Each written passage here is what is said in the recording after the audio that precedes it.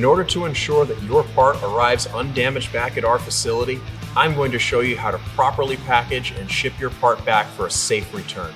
Now, the first thing you're going to want to do is take your part in the manufacturer's original packaging.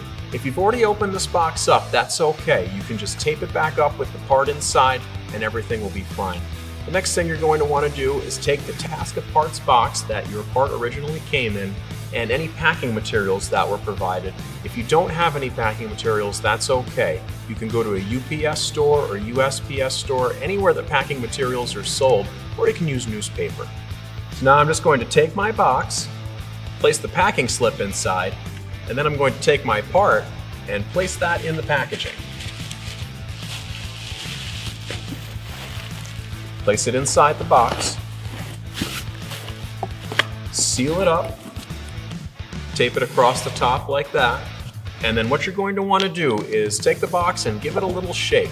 And if the part feels secure, then you'll know that it's ready to be transported back to our facility. Please just keep in mind that you would be responsible for any return shipping costs unless there was an error on our end. Lastly, the refund.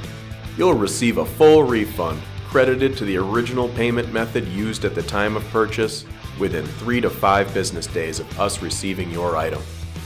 You'll also receive a confirmation email once your refund has been issued.